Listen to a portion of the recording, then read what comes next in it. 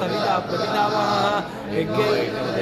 यज्ञांगो यज्ञवाहनः यज्ञान्त्यमन्नमन्नादयेव च आत्मयोनि स्वयं जातो वैकाण्ड सामगायनः देवकीनन्दन स्रष्टात्मिकीश पापनाशनः शङ्खवृन्नन्दकी चक्रे शारङ्गदत्वागदाधरः ताङ्गपाणिः सर्वप्रकटायितः सर्वप्रकटायित ॐ नमः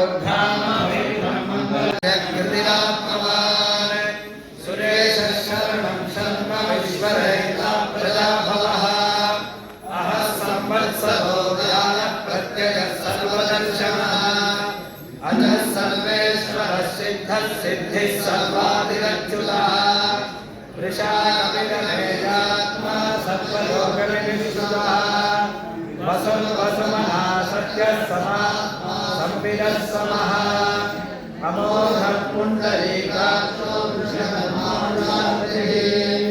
रुद्रो मौषिया बद्धर्विश्वयोनिस्तुतिश्रवाः अमृतशाश्वतस्थानो महातपाः सर्वदिग्भागो विश्वक्षेमो जनार्दनः वेदो वेदविदग्धो वेदांगो वेदविद्गविः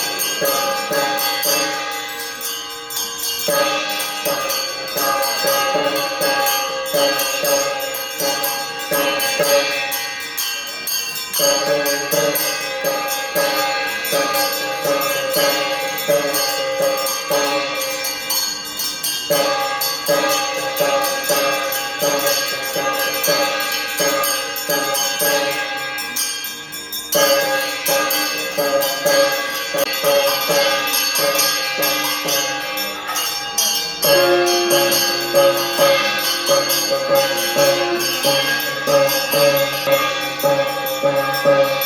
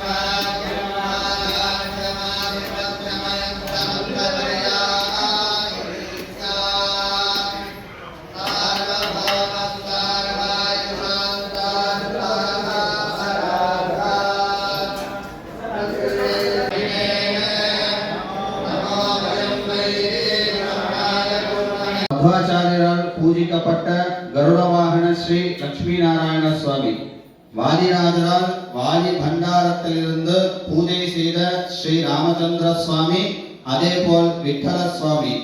வாதிராஜர் திருப்பதி செல்லும் போது அங்கு அவருக்கு அனுகிரகம் செய்த ஸ்ரீ பூ சமேத தங்க ஸ்ரீனிவாச சுவாமி. வாதிராஜரால் ஜெயின மடத்தில் வாரத்தில் ஜெயித்து வந்த பச்சை விட்டல சுவாமி. வாதிராஜர் குமார பர்வத்தில் போகும்போது அங்கு விஷ்ணு தீர்த்த ஆச்சாரால் கொடுத்த ஸ்ரீ ஹயக்ரீவ சுவாமி. மத்வாச்சாரியர் ஊர்த்வபத்ரியில் செல்லும் போது அங்கு வேதவியாச சுவாமி அளித்த வியாசமுஷ்டி. வேதவியாச குணாவாச வித்யா தேசதாம் மாமியாசங்கதத்தேஷம் குர்வன சம்பரே. வாதிராஜ சுவாமியின் தங்க பாதுகைகள் பூதராஜர்.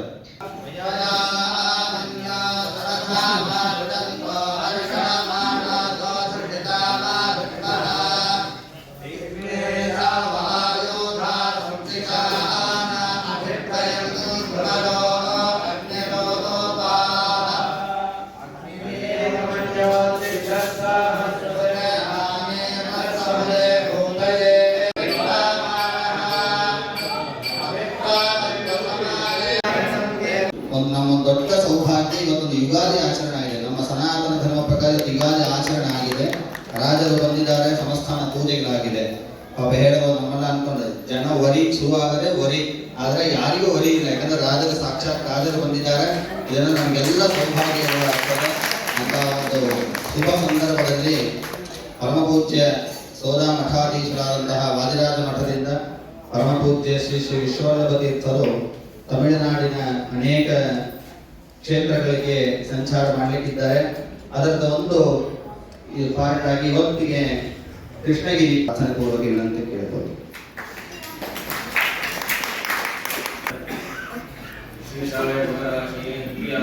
ಶುದ್ಧ ವಿದ್ಯಾಯ ಮಧ್ವಾಯ ಚರಮೋ ನಮಃ. ತಪೋ ವಿದ್ಯಾ ವಿರಕ್ತಿಯ ಸಂಪೂರ್ಣಮೂರ್ಖಕರಾಣಂ ವಾದಿರಾಜ ಗುರುಂ ವಂದೇ ದೇವದಯಾಶ್ರಯಾಮಿ. ಶ್ರೀ ಗುರುಭ್ಯೋ ನಮಃ.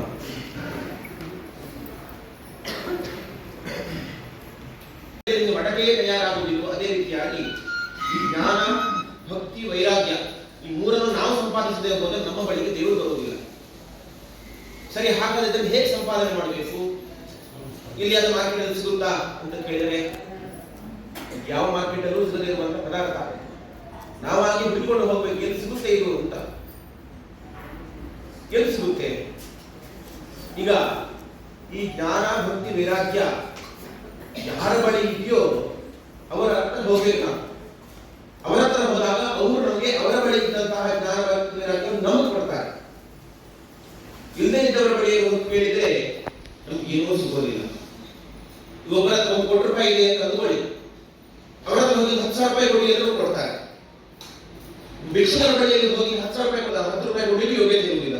ಹಾಗೆ ಈ ಜ್ಞಾನ, ಭಕ್ತಿ, ವೈರಾಗ್ಯವನ್ನು ನಾವು ಯಾರ ಬಳಿಯಲ್ಲಿ ಕೇಳಬೇಕು ಅಂತ ಹೇಳಿದ್ರೆ, ಯಾರಲ್ಲಿ ಅತ್ಯಧಿಕವಾಗಿ ಜ್ಞಾನ, ಭಕ್ತಿ, ವೈರಾಗ್ಯ ತುಂಬಿ ತುಳುಕ್ತಾ ಇದೆಯೋ ಅವರ ಬಳಿಯಲ್ಲಿ ನಾವು ಕೇಳಬೇಕು ಅಂತ ಹೇಳ್ತಾರೆ. ಈ ಲೋಕದಲ್ಲಿ ಎಲ್ಲರ ಬಳಿಯೂ ಕೂಡ ಜ್ಞಾನ, ಭಕ್ತಿ, ವೈರಾಗ್ಯ ಮೂರು ಇರುವುದಿಲ್ಲ. ಅಲ್ಲ, ಮೂರು ಒಂದೇ ಕಡೆ ಇರುವುದು ಬಹಳ ಅಪರೂಪ. ಒಬ್ಬರ ಹತ್ರ ಜ್ಞಾನ ಇದ್ರೆ ಇನ್ನೊಬ್ಬರಲ್ಲಿ ಭಕ್ತಿ ಇರುವುದಿಲ್ಲ, ಒಬ್ಬರಲ್ಲಿ ಭಕ್ತಿ ಇದ್ರೆ ಇನ್ನೊಬ್ಬರಲ್ಲಿ ಜ್ಞಾನ ಇರುವುದಿಲ್ಲ. ಈ ಜ್ಞಾನ, ಭಕ್ತಿ ಎರಡೂ ಇದ್ರೆ ಕೆಲವರಲ್ಲಿ ವೈರಾಗ್ಯನೇ ಇರುವುದಿಲ್ಲ. ಹೀಗೆ ಒಂದಿದ್ರೆ ಬಂದು ಹೋಗಿಲ್ಲ. ಆದರೆ ನಮ್ಮ ಹತ್ರ ಎಲ್ಲ ಮೂರು ಇದೆ. ಜ್ಞಾನವೂ ಇದೆ, ಭಕ್ತಿಯೂ ಇದೆ, ವೈರಾಗ್ಯವೂ ಇದೆ. ನಿಜವಾದ ಜ್ಞಾನ ಮತ್ತು ವೈರಾಗ್ಯ ಯಾವುದು ಅಂತ ಹೇಳಿದ್ರೆ ಭಗವಂತನ ಯಥಾರ್ಥವಾದಂತಹ ಜ್ಞಾನ. ಇನ್ನು ಭಕ್ತಿ ಎಂದರೆ ಭಗವಂತನಲ್ಲಿ ಬಿಟ್ಟು ಬೇರೆ ಎಲ್ಲಿಯೂ ಕೂಡ ನಮ್ಮ ಸ್ನೇಹ ಇರಬಾರ್ದು, ಭಗವಂತನಲ್ಲಿ ಮಾತ್ರ ಇರುವ ಪ್ರೀತಿ, ಅದು ಭಕ್ತಿ ಅಂತ ಕರೀತಾರೆ. ವೈರಾಗ್ಯ ಅಂತ ಹೇಳಿ ವಿಷಯ ಪದಾರ್ಥಗಳಲ್ಲಿ, ಲೌಕಿಕವಾದ ಪದಾರ್ಥಗಳಲ್ಲಿ ವೈರಾಗ್ಯ ಇದು ಮುಖ್ಯವಾಗಿ ಇರಬೇಕಾದದ್ದು. ನಮ್ಮಲ್ಲಿಯೂ ಜ್ಞಾನ ರೀತಿಯಾಗಿ ಉಂಟು. ಜ್ಞಾನ ಭಗವಂತನ ಕುರಿತಾದ ಜ್ಞಾನ ನಮ್ಮಲ್ಲಿಲ್ಲ. ನಮ್ಮಲ್ಲಿ ಲೌಕಿಕ ಜ್ಞಾನ ಬೇಕಾದಷ್ಟಿದೆ. ಇನ್ನು ಭಕ್ತಿ, ಭಗವಂತನಲ್ಲಿ ಭಕ್ತಿ ಇಲ್ಲ, ಸಂಸಾರದಲ್ಲಿ ಭಕ್ತಿ ಬೇಕಾದಷ್ಟಿದೆ. ಇನ್ನು ವೈರಾಗ್ಯ ವಿಷಯ ಪದಾರ್ಥಗಳಲ್ಲಿ ವೈರಾಗ್ಯ ಇಲ್ಲ, ಲೌಕಿಕ ಪದಾರ್ಥಗಳಲ್ಲಿ ವೈರಾಗ್ಯ ಇಲ್ಲ, ದೇವರಲ್ಲಿಯೇ ವೈರಾಗ್ಯ ಉಂಟು. ಹೀಗೆ ಜ್ಞಾನ, ಭಕ್ತಿ, ವೈರಾಗ್ಯ ನಮ್ಮಲ್ಲಿ ಉಂಟು. ಇದು ಪ್ರಯೋಜನ ಬರೋದಿಲ್ಲ.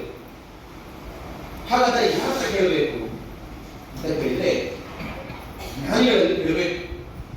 ಯಾರು ಈ ಜ್ಞಾನದ ಯಥಾರ್ಥವಾದ ಜ್ಞಾನವನ್ನು ಸಂಪಾದಿಸಿಕೊಂಡಿದ್ದಾರೋ, ಈ ಭಕ್ತಿನ ಸಂಪಾದಿಸಿಕೊಂಡಿದ್ದಾರೋ, ಯಾರು ವೈರಾಗ್ಯವನ್ನು ಸಂಪಾದಿಸಿಕೊಂಡಿದ್ದಾರೋ ಅವರ ಬಳಿ ನಿಮಗೆ ಕೇಳಿದಾಗ ಮಾತ್ರ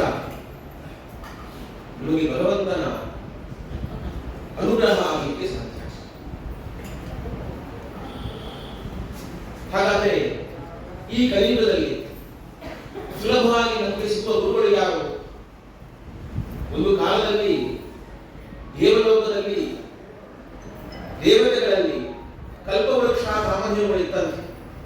ಅವರಿಗೆ ಏನೇನು ಬೇಕೋ ಅದನ್ನೆಲ್ಲ ಆ ಕಾಮಧೇನು ಕಲ್ಪವೃಕ್ಷ ಬಳಿಯಲ್ಲಿ ಹೋಗಿ ಪ್ರಾರ್ಥನೆ ಮಾಡಿದ್ರೆ ಎಲ್ಲವನ್ನೂ ಕೊಡ್ತಾ ಇತ್ತಂತೆ. ಸರಿ, ಹಾಗಾದ್ರೆ ನಮಗೆ ಈ ಭೂಲೋಕದಲ್ಲಿ ಇರುವಂತಹ ನಮಗೆ ಕಲಿಯುಗದಲ್ಲಿ ನಾವೆಲ್ಲ ಈಗ ಇದ್ದೇವೆ, ನಮಗೇನಾದರೂ ಅಂತಹ ಒಂದು ಸೌಲಭ್ಯ ಉಂಟಾ, ಅಂತಹ ಫೆಸಿಲಿಟಿ ಉಂಟಾ ಅಂತ ಹೇಳಿದ್ರೆ ದೇವರು ಅಂತದ್ದೊಂದು ಅನುಗ್ರಹ ಮಾಡಿದರೆ ನಾವು ಸದ್ಯ ಸಮೂಹಕ್ಕೆ ದೇವಲೋಕದಲ್ಲಿ ಹಿಂದೆ ಕಾಮಧೇನು ಕಲ್ಪವೃಕ್ಷ ಇತ್ತು, ಅಂತದ್ದನ್ನೇ ಸದ್ಯದ ಮಠದಲ್ಲಿ ಇಟ್ಟಿದ್ದಾರೆ ದೇವರು. ಅದು ಬೇರೆ ಯಾರೂ ಅಲ್ಲ, ಈ ನಮ್ಮ ಸಮಾಜಕ್ಕೆ ಸದ್ಯದಲ್ಲಿ ನಿಜವಾದ ಕಾಮಧೇನು, ನಿಜವಾದ ಕಲ್ಪವೃಕ್ಷ ಅಂತ ಹೇಳಿದ್ರೆ ಒಂದು ವಾದಿರಾಜ ಗುರು ಸಾರ್ವಭೌಮರು, ಇನ್ನೊಂದು ರಾಘವೇಂದ್ರ ಸ್ವಾಮಿಗಳು. ಈ ಮೂರು ಮಹಿಳೆಯರು ಈ ನಮ್ಮ ಸಮಾಜಕ್ಕೆ ಇರುವಂತಹ ಎರಡು ಕಾಮಧೇನು ಕಲ್ಪವೃಕ್ಷಗಳು. ವಾದಿರಾಜರ ಸ್ತೋತ್ರ ಮಾಡಬೇಕಾದ್ರೆ ನಾವೇನು ಅಂತ ಹೇಳಿ ಪ್ರಾರ್ಥನೆ ಮಾಡ್ತೇವೆ? ಕಾಮಧೇನು ಯಥಾಪೂರ್ವಂ ಸರ್ವಾಭೀಷ್ಟ ಫಲಪ್ರದ ತಥಾ ಕಲವು ವಾದಿರಾಜ ಶ್ರೀಮಾನಃ ಅಭೀಷ್ಟ ಸದಾ. ಹೇಗೆ ಈ ಹಿಂದೆ ಕಾಮಧೇನು ಅಭೀಷ್ಟಪಡ್ತಾ ಇತ್ತು, ಅದೇ ರೀತಿಯಾಗಿ ಕಲಿಯುಗದಲ್ಲಿಯೂ ಕೂಡ ಈ ವಾದಿರಾಜ ಎಂಬ ಕಾಮಧೇನು ನಮ್ಮೆಲ್ಲರ ಅಭೀಷ್ಟವನ್ನ ನೀಡುತ್ತೇವೆ ಅಂತ ಈ ರೀತಿಯಾಗಿ ವಾದಿರಾಜರಲ್ಲಿ ಪ್ರಾರ್ಥನೆ ಮಾಡಬೇಕು ನಾವು. ಅದೇ ರೀತಿಯಾಗಿ ರಾಘವೇಂದ್ರ ಸ್ವಾಮಿಗಳವರನ್ನು ಕೂಡ ನಾವು ಪ್ರಾರ್ಥನೆ ಮಾಡಬೇಕಾದ್ರೆ ಪೂಜ್ಯಾಯ ರಾಘವೇಂದ್ರಾಯ ಸತ್ಯ ಧರ್ಮ ರಥಾಯ ಭಜತಾಂ ಕಲ್ಪವೃಕ್ಷಾಯ ಮತಾಂ ಕಾಮಧೇನವೇ ಅಂತ ಹೀಗೆ ಕಾಮಧೇನು ಕಲ್ಪವೃಕ್ಷ ಅಂತ ನಾವು ಉಪಾಸನೆ ಮಾಡುವಂತಹ ಇರುವರು ಗುರುಗಳು, ಅದು ಒಂದು ವಾದಿರಾಜ ಗುರು ಸಾರ್ವಭೌಮರು, ಇನ್ನೊಂದು ಶ್ರೀ ರಾಘವೇಂದ್ರ ಸ್ವಾಮಿಗಳವರು. ಈ ಇರುವರನ್ನ ನಾವು ಉಪಾಸನೆ ಮಾಡಿದರೆ, ಇವರ ಪಾದವನ್ನು ನಾವು ಆಶ್ರಯಿಸಿದರೆ ಜ್ಞಾನ ಭಕ್ತಿ ವೈರಾಗ್ಯವನ್ನು ನಾವು ಸಂಪಾದನೆ ಮಾಡಲಿಕ್ಕೆ ಸಾಧ್ಯ. ಇವರ ಬಳಿ ಹೋಗಿ ನಾವು ಪ್ರಾರ್ಥನೆ ಮಾಡಬೇಕು. ಯಾಕೆ ಇವರಲ್ಲಿ ಅತ್ಯಧಿಕವಾಗಿ ಈ 3 ಪದಾರ್ಥಗಳು ಉಂಟು. ಈ ಅತ್ಯಧಿಕವಾಗಿ ಪದಾರ್ಥಗಳು ಇವರಲ್ಲಿ ಇರಬೇಕಾದ್ರೆ ನಾವು ಹೋಗಿ ಅವರ ಹತ್ರ ಕೇಳಿದ್ರೆ ಖಂಡಿತವಾಗಿ ಕೊಡ್ತಾರೆ. ನೋಡಿ, ಇವರು ಇರುವವರು ಕೂಡ ಭಗವಂತನ ಜ್ಞಾನವನ್ನು, ಯಥಾರ್ಥವಾದ ಜ್ಞಾನವನ್ನು ಸಂಪಾದಿಸಿಕೊಂಡರ ಆ ಪರಿಣಾಮವಾಗಿ ಭಗವಂತ ಅವರಿಗೆ ಪ್ರತ್ಯಕ್ಷವಾಗಿ ಕಂಡಿದ್ದಾರೆ. ಸಾಕ್ಷಾತ್ ಹಯಗ್ರೀವ ದೇವರು ಕುದುರೆಯ ರೂಪದಲ್ಲಿ ಬಂದು ಪ್ರತಿನಿತ್ಯ, ಒಂದು ಬಾರಿ ದೇವರು ಕಾಣೋದಲ್ಲ,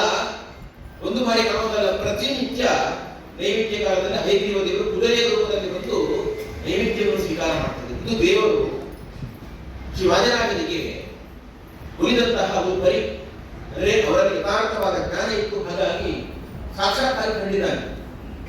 ಅದೇ ರೀತಿ ಗಂಗಾಧರಾಜನಿಗೂ ಕೂಡ ಹಾಗೆ ನರಸಿಂಹದೇವರು ಕಂಬದಿಂದ ಆವಿರ್ಭವಿಸಿದ ಅವರ ಒಂದು ನಿಶ್ಚಯಾತ್ಮಕವಾದ ಜ್ಞಾನಕ್ಕೆ, ಭಗವಂತನ ಕುರಿತಾದ ಜ್ಞಾನಕ್ಕೆ.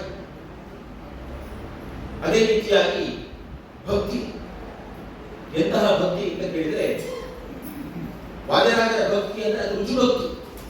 ರುಜು ಅಂತಂದ್ರೆ ಅದು ನೇರವಾದದ್ದು ಅಂತ ಅರ್ಥ, ಅಲ್ಲಿ ವಕ್ರತೆ ಇಲ್ಲ. ಅದೇ ಅದು ರುಜುದೇವತೆಗಳು, ಅವರಲ್ಲಿ ವಕ್ರ ಭಾವ ಮಾಡಲಿಕ್ಕೆ ಸಾಧ್ಯವೇ ಇಲ್ಲ. ಹಾಗಾಗಿ ಅಂತಹ ಆ ರುಜು ಭಕ್ತಿ ಇದ್ದದ್ರಿಂದಲೇ ಇಷ್ಟೆಲ್ಲ ಅನುಗ್ರಹ ಮಾಡಿದ್ದಾನೆ ವಾದಿರಾಜರಿಗೆ. ಒಂದು ಬಾರಿ ಒಂದಷ್ಟು ಮಂದಿ ಕುಹಕವನ್ನು ಆಡುವ ವ್ಯಕ್ತಿಗಳಿದ್ದರು. ಪ್ರತಿನಿತ್ಯ ವಾದಿರಾಜರು ನೈವೇದ್ಯವನ್ನು ಸಮರ್ಪಣೆ ಮಾಡಬೇಕಾದ್ರೆ ಆ ದೇವರೇ ಒಂದು ನೈವೇದ್ಯ ಸ್ವೀಕಾರ ಮಾಡ್ತಾ ಇದ್ದಾರಂತೆ ಅಂತ ಇವರೆಲ್ಲ ಪ್ರಚಾರ ಆಗಿತ್ತು. ಅದಕ್ಕೆ ಕೆಲವರೆಲ್ಲ ಕುಹ ಮಾಡುವ ವ್ಯಕ್ತಿಗಳು ಸುಮ್ಮನೆ ಕತೆ ಕಟ್ತಾರೆ. ಇವರು ಯಾವ ಕುದುರೆಗೂ ಬರುವುದಿಲ್ಲ, ಏನೂ ಇಲ್ಲ, ನೈವೇದ್ಯ ಆಗಬೇಕಾದ್ರೆ ಬಾಗಿ ಹಾಕಿಕೊಂಡು ಇವರೇ ಅದನ್ನು ತಿಂತಾರೆ ಅಂತ ಹೇಳಿ ಯಾರೋ ಈ ರೀತಿಯ ಅಪಪ್ರಚಾರ ಮಾಡಲಿಕ್ಕೆ ಆರಂಭ ಮಾಡಿದ್ರು ವಾದಿರಾಜರ ಬಗ್ಗೆ. ವಾದಿರಾಜರ ರುಜು ಭಕ್ತಿಯನ್ನು ಯಾರೂ ಅರ್ಥ ಮಾಡಿಕೊಳ್ಳಲಿಲ್ಲ. ಒಂದು ಬಾರಿ ಏನ್ ಮಾಡಿದ್ರು, ಇವರ ಎಲ್ಲ ನಾಟಕವನ್ನು ಬಯಲಿದ್ದೇವೆ ಅಂತ ಹೇಳಿ ಒಂದಷ್ಟು ಗೋಮತ ಆಡುವ ವ್ಯಕ್ತಿಗಳು ನೈವೇದ್ಯಕ್ಕೆ ವಿಷ ಬೆರೆಸಿದರು. ಈ ನೈವೇದ್ಯವನ್ನು ವಾದಿರಾಜರೇ ಉಳ್ತಾರೆ ಬಾಗಿ ಹಾಕಿಕೊಂಡು ಆ ವಿಷ ಉಂಟ ಪರಿಣಾಮವಾಗಿ ಅವರು ಮರಣವನ್ನ ಹೊಂದುತ್ತಾರೆ ಹೇಳಿ ಈ ರೀತಿ ಉಪಾಯವನ್ನು ಒಂದಷ್ಟು ಮಂದಿ ಮಾಡಿದರು. ಈ ಪ್ರಸಂಗ ಆದದ್ದು ಅಹೋಬಲದಲ್ಲಿ ಆದಂತಹ ಪ್ರಸಂಗ ಇದು. ಆಯಿತು, ವಿಷ ಹಾಕಿದ್ರು. ಪ್ರತಿನಿತ್ಯದಂತೆ ಅಂದು ಕೂಡ ವಾದಿರಾಜರ ಹೈಗ್ರೀವ ಪ್ರಸಾದವನ್ನ, ಹೈಗ್ರೀವ ನೈವೇದ್ಯವನ್ನ ತಲೆಯ ಮೇಲೆ ಇಟ್ಟುಕೊಂಡು ದೇವರನ್ನ ಕರೀತಾ ಇದ್ದಾರೆ. ದೇವರು ಕುದುರೆಯುವುದಕ್ಕೆ ಯಥಾ ಪ್ರಕಾರವಾಗಿ ಬಂದ. ಆ ಪ್ರತಿನಿತ್ಯದಲ್ಲಿ ಹೇಗೆ ಹೈಗ್ರೀವ ದೇವರು ಸಂತೋಷದಿಂದ ಕುಣಿದು ಕುಪ್ಪಳಿಸಿಕೊಂಡು ಬರ್ತಾ ಇತ್ತು, ಆ ದಿನ ಮಾತ್ರ ಮುಗಿಲಿಲ್ಲ. ಬಹಳ ಒಂದು ವ್ಯಗ್ರವಾದ ರೂಪದಿಂದ ಆ ಪ್ರೇಮವಾದ ವಿಚಿತ್ರವಾದ ಧ್ವನಿಯನ್ನು ಮಾಡ್ತಾ ಅವರು ಆವಿರ್ಭಾವನಾಗಿದ್ದಾರೆ. ಅದರಾಗಲಿ ಗೊತ್ತಾಯ್ತು ಏನೋ ಒಂದು ಪ್ರಚಾರ ಆಗಿದೆ ಅಂತ.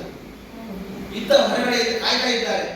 ಈಗ ವಾದಿರಾಜ ವಿಷವನ್ನು ಉಂಟಾರೆ ಸತ್ತು ಹೋಗ್ತಾರೆ ಅಂತ. ಆದರೆ ಈ ಕುದುರೆಯ ಭಯಂಕರವಾದ ಧ್ವನಿಯನ್ನು ಕೇಳಿ ಯಾರು ವಿಷವನ್ನು ಧರಿಸಿದ್ದೋ ಅವರಿಗೆ ಅರ್ಥ ಆಯಿತು, ಓಹೋ ಇಲ್ಲಿ ಏನೋ ನಡೀತಾ ಇದೆ ಅಂತ ಹೇಳಿ ಅವರು ಅಲ್ಲಿಂದ ಬೆದರಿ ಅಲ್ಲಿಂದ ಓಡಲಿಕ್ಕೆ ಆರಂಭ ಮಾಡಿದರು. ಇನ್ನೇನಾದ್ರೂ ಆ ಕುದುರೆ ನಮ್ಮನ್ನು ನಟಿಸಿಕೊಂಡು ಬಂದ್ರೆ ಅಂತ ಕೊನೆಗೆ ಓಡಿ ಓಡಿ ಓಡಿ ರಕ್ತವಾಂತಿ ಮಾಡಿ ಸತ್ತು ಹೋದುವು ಅಂತ ಇತಿಹಾಸ ಹೇಳ್ತದೆ.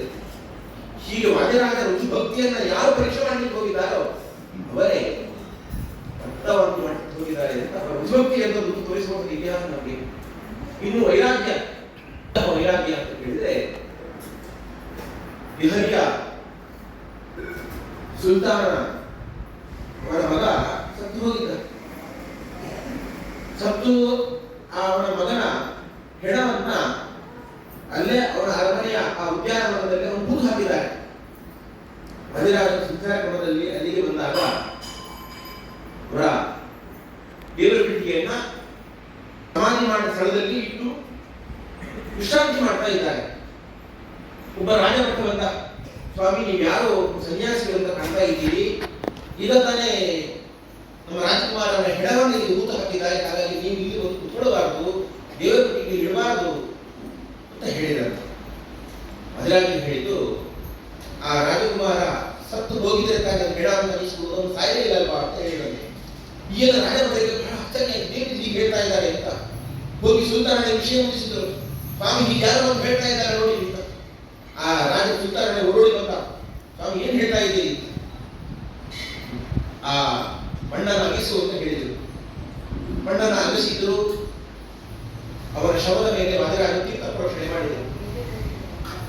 ಅವನು ನಿದ್ರೆಯಿಂದ ಎದ್ದಾಗಿ ಎದ್ದು ಕೂತ್ಕೊಂಡ.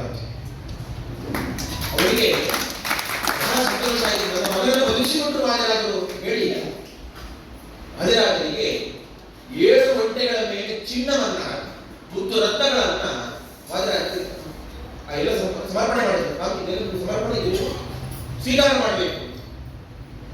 ವಾದಿರಾಜರು ಹೇಳಿದ್ರು, ಈ ಸಂಪತ್ತನ್ನು ಇಟ್ಕೊಂಡು ನಾನೇನು ಮಾಡಲಿಲ್ಲ, ನಾನು ಸನ್ಯಾಸಿ, ನಾನು ಊರು ತಿರುಗುವವರು, ನನಗೆ ಯಾಕೆ ತಿನ್ನಬೇಕು? ನಾನು ನನ್ನ ಮಗನನ್ನು ಬದುಕಿಸಿಕೊಟ್ಟಿದ್ದೀನಿ, ನನ್ನ ಸರ್ವಸ್ವವನ್ನು ಕೊಟ್ಟಿದ್ದೀನಿ, ಹಾಗಾಗಿ ನಾನು ಕೊಡುವಂತಹ ಈ ಸಂಪತ್ತನ್ನು ಸ್ವೀಕಾರ ಮಾಡಲೇಬೇಕು ಅಂತ. ನೋಡಿ, 7 ಒಂಟೆಗಳ ಮೇಲೆ ಸಂಪತ್ತನ್ನು ಹೇಗೆ ಕೊಟ್ಟಿದ್ದಾರೆ. ನಾವು ಅದನ್ನು ಯೋಚನೆ ಮಾಡ್ತೇವೆ, ಇದನ್ನು ಹೇಗೆ ತಗೊಂಡು ಹೋಗುದು ಅಂತ, ನಮ್ಮ ಊರಿಗೆ ಹೇಗೆ ಸಾಧಿಸೋದು ಅಂತ ಯೋಚನೆ ಮಾಡ್ತೇವೆ ನಾವು. ವಾದಿರಾಜ ಏನ್ ಮಾಡಿದ್ರು, ಹೋಗಬೇಕಾದ್ರೆ ಅಷ್ಟು ಸಂಪತ್ತನ್ನ ಗಂಗೆಗೆ ಸುರಿದು ಹೋಗಿದ್ದು, ಗಂಗೆಗೆ ಬಾಗಿನ ಅಂತ ಕೇಳಿ ಅಷ್ಟು ಸಂಪತ್ತನ್ನ ಗಂಗೆಗೆ ಸುರಿದು ಹೋಗಿದ್ದು. ಇದು ವಾದಿರಾಜ ವೈರಾಗ್ಯ. ಈ ವೈರಾಗ್ಯ ಈ ಭಕ್ತಿ ಇತರರಲ್ಲಿ ಮಾತ್ರ ನಮಗೆ ಸಾಧ್ಯ. ಹಾಗಾಗಿ ನಾವು ಕೂಡ ಪ್ರಾರ್ಥನೆ ಮಾಡಬೇಕು ಅಂತಂದ್ರೆ ಇಂಥವರ ಬಳಿ ಪ್ರಾರ್ಥನೆ ಮಾಡಿ ನಮಗೆ ಒಳ್ಳೆಯ ಜ್ಞಾನವನ್ನ, ಯಥಾರ್ಥವಾದ ಜ್ಞಾನವನ್ನ, ಭಕ್ತಿಯನ್ನು, ವೈರಾಗ್ಯವನ್ನು ಕೊಡಿ. ನೋಡಿ, ನಮ್ಮ ಮನಸ್ಸಿಗೆ ಬಹಳ ಕ್ರೋಧ, ಅದು ಎಲ್ಲ ವಿಷಯದಲ್ಲಿಯೂ ಯಾವ ವಿಷಯವನ್ನು ನಮಗೆ ಸಹಾಯ ಮಾಡುವಂತೂ ಸಹಾಯ ಮಾಡುವ ಮನಸ್ಸು ಇರುವುದಿಲ್ಲ. ಈ ಕ್ರೋಧಗಳನ್ನೆಲ್ಲ, ಈ ದ್ವೇಷದ ಭಾವನೆಗಳನ್ನೆಲ್ಲ, ಆಶ್ಚರ್ಯದ ಭಾವನೆಗಳನ್ನೆಲ್ಲ ಇಟ್ಟರೆ ಮಾತ್ರ ಭಗವಂತನ ಅನುಗ್ರಹ ಆಗಲಿಕ್ಕೆ ಸಾಧ್ಯ. ಇದನ್ನೆಲ್ಲ ಇಟ್ಟುಕೊಂಡು ನಾವು ಈಗ ಭಗವಂತನ ಬಳಿಗೆ ಹೋದರೆ ದೇವರು ನಮ್ಮನ್ನು ಸ್ವೀಕಾರ ಮಾಡುವುದಿಲ್ಲ. ನೋಡಿ, ಇದೇ ರೀತಿಯಾಗಿ ಒಂದು ಆಶ್ಚರ್ಯದಿಂದ, ಕ್ರೋಧದಿಂದ ವಾದಿರಾಜರನ್ನು ಪರೀಕ್ಷೆ ಮಾಡಲಿಕ್ಕೆ ಬಂದರು. ವಾದಿರಾಜರು ಸಂಚಾರ ಹೋಗಬೇಕಾದ್ರೆ ಅದು ಬಹಳ ಅದ್ಭುತವಾದಂತಹ ಸಂಚಾರ. ವಾದಿರಾಜರು ಎಲ್ಲರೂ ಸಾಮಾನ್ಯವಾಗಿ ಸಂಚಾರದಲ್ಲಿ ಹೋಗಬೇಕಾದ್ರೆ ಏಕೆಂದ್ರೆ ಮೇನೆಯನ್ನು ಹೊತ್ಕೊಂಡು ಹೋಗ್ತಾರೆ. ಎಲ್ಲರ ಮೇನೆಯನ್ನು ಹೊತ್ಕೊಂಡು ಹೋಗ್ಲಿಕ್ಕೆ ಮುಂದೊಬ್ರು ಹಿಂದೊಬ್ರು ಅಂತಾದ್ರೆ ವಾದಿರಾಜರ ಮೇನೆಯನ್ನು ಹೊತ್ತುಕೊಳ್ಳಲಿಕ್ಕೆ ಹಿಂದೆ ಮಾತ್ರ ಒಬ್ರು ಇದ್ರು. ಮುಂದೆ ಯಾರು ಮೇನೆಯನ್ನು ಹೊತ್ತಿದ್ದಾರೆ ಅಂತ ಯಾರಿಗೂ ಕಾಣ್ತಾ ಇರಲಿಲ್ಲ. ಸಾಕ್ಷಾತ್ ಭೂತರಾದರೆ ಅದೃಶ್ಯರಾಗಿ ಇಟ್ಟುಕೊಂಡು ವಾದಿರಾಜರ ಮೇನೆಯನ್ನು ಹೊತ್ತುಕೊಂಡು ವಾದಿರಾಜರ ಸೇವೆಯನ್ನು ಮಾಡ್ತಾ ಇದ್ದಾರೆ. ಆಗ ವಿಶೇಷವಾದ ಅನುಗ್ರಹವನ್ನು ಪಡೆದು ಅದೃಶ್ಯವಾಗಿ ಇಟ್ಟುಕೊಂಡು ಅವರು ಮುಂದಿನ ಕಲ್ಪದಲ್ಲಿ ರುದ್ರ ಪದವಿಗೆ ಹೋಗುವಂತಹ ಭೂತನಾಥ ಪದವಿಗೆ ಹೋಗುವವರು ಭೂತನಾಥರೇ ಅವರು ಭೂತರಾಜರಾಗಿ ಇಟ್ಟುಕೊಂಡು ಅದೃಶ್ಯವಾಗಿ ಇಟ್ಟುಕೊಂಡು ವಾದಿರಾಜರ ಪಲ್ಲಕ್ಕಿಯನ್ನು ಹೊತ್ಕೊಂಡು ಹೋಗ್ತಾ ಇದ್ರು. ಯಾರು ಅದರ ಅಲ್ಲೇನು ವಾದಿರಾಜರು ಮಾತ್ರ ಆ ರೀತಿಯಾಗಿ ಪಲ್ಲಕ್ಕಿಯಲ್ಲಿ ಹೋಗುದು, ನಾವು ಆ ರೀತಿಯ ಪಲ್ಲಕ್ಕಿ ಯಾರೋ ಒಬ್ಬರು ಹೀಗೆ ಪುರಕರ ಮಾತನಾಡಿದರು. ಅವರು ಕೂಡ ಒಂದು ಭೂತವನ್ನ ವಶೀಕರಿಸಿಕೊಂಡು ನಾನು ಪಲ್ಲಕ್ಕಿಯಲ್ಲಿ ಹಾಗೆ ಬರ್ತೇನೆ ನೋಡಿ ಹೇಳಿ ವಾದಿರಾಜರ ಪಲ್ಲಕ್ಕಿಯಲ್ಲಿ ಹೋಗ್ಬೇಕಾದ್ರೆ ಇವರು ಅವರಿಗೆ ಅಭಿಮುಖವಾಗಿ ಬಂದಂತ ಒಂದು ಭೂತವನ್ನು ವಶೀಕರಿಸಿಕೊಂಡು ಭೂತದಿಂದ ಪಲ್ಲಕ್ಕಿಯನ್ನು ಹೊರಿಸಿಕೊಂಡು ಬಂದರು. ವಾದಿರಾಜರ ಪಲ್ಲಕ್ಕಿಗೂ ಆ ವ್ಯಕ್ತಿಯ ಪಲ್ಲಕ್ಕಿ ಮುಖಾಮುಖಿ ಆಯಿತು. ಈ ಪರಿಸ್ಥಿತಿ ಏನಾಗಬೇಕು? ವಾದಿರಾಜರ ಬಳಿ ಇರುವುದು ಭೂತರಾಜರು. ಇಲ್ಲಿ ಯಾವುದೋ ಒಂದು ಭೂತಕ್ಕೂ ಭೂತರಾಜರಿಗೂ ವ್ಯತ್ಯಾಸ ಗೊತ್ತಿದ್ದರೆ ಏನಾಗುತ್ತೆ ಗೊತ್ತಾ? ಈ ಭೂತರಾಜರು ಪ್ರಖರವಾದ ತೇಜಸ್ಸನ್ನು ಕಂಡು ಉಗ್ರವಾದ ರೂಪವನ್ನು ಕಂಡು ಆ ಪಲ್ಲಕ್ಕಿನಲ್ಲಿ ಹೊತ್ತಾಗಿ ಓಡಿಬಿಟ್ಟರು.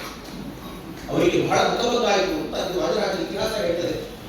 ವಾದಿರಾಜರ ವ್ಯಕ್ತಿತ್ವವನ್ನು ಪರೀಕ್ಷೆ ಮಾಡಲಿಕ್ಕೆ ಬಂದವರಿಗೆ ಭೂತರಾಜನ ಸಾಮಾನ್ಯ ಭೂತವನ್ನು ಭಾವಿಸಿಕೊಂಡು ಈ ರೀತಿಯಾಗಿ ವ್ಯಂಗ್ಯದ ಮಾತನಾಡಿದ್ದಕ್ಕೆ ಈ ರೀತಿಯಾಗಿ ಭೂತರಾಜರು ಶಾಸ್ತ್ರೀಯ ಮಾಡಿದ್ರು ಅಂತ ಇತಿಹಾಸ ಹೇಳ್ತದೆ. ಹಾಗಾಗಿ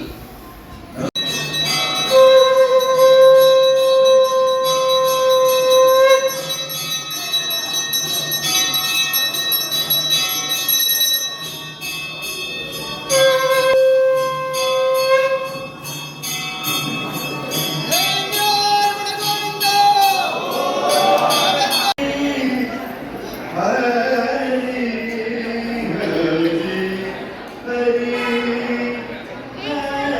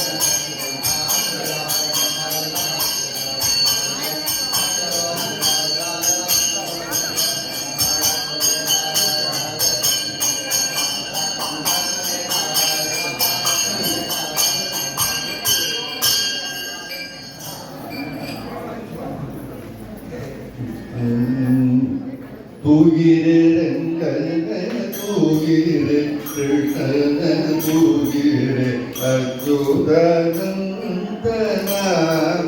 തൂകിരെ അപ്പത്തിൻ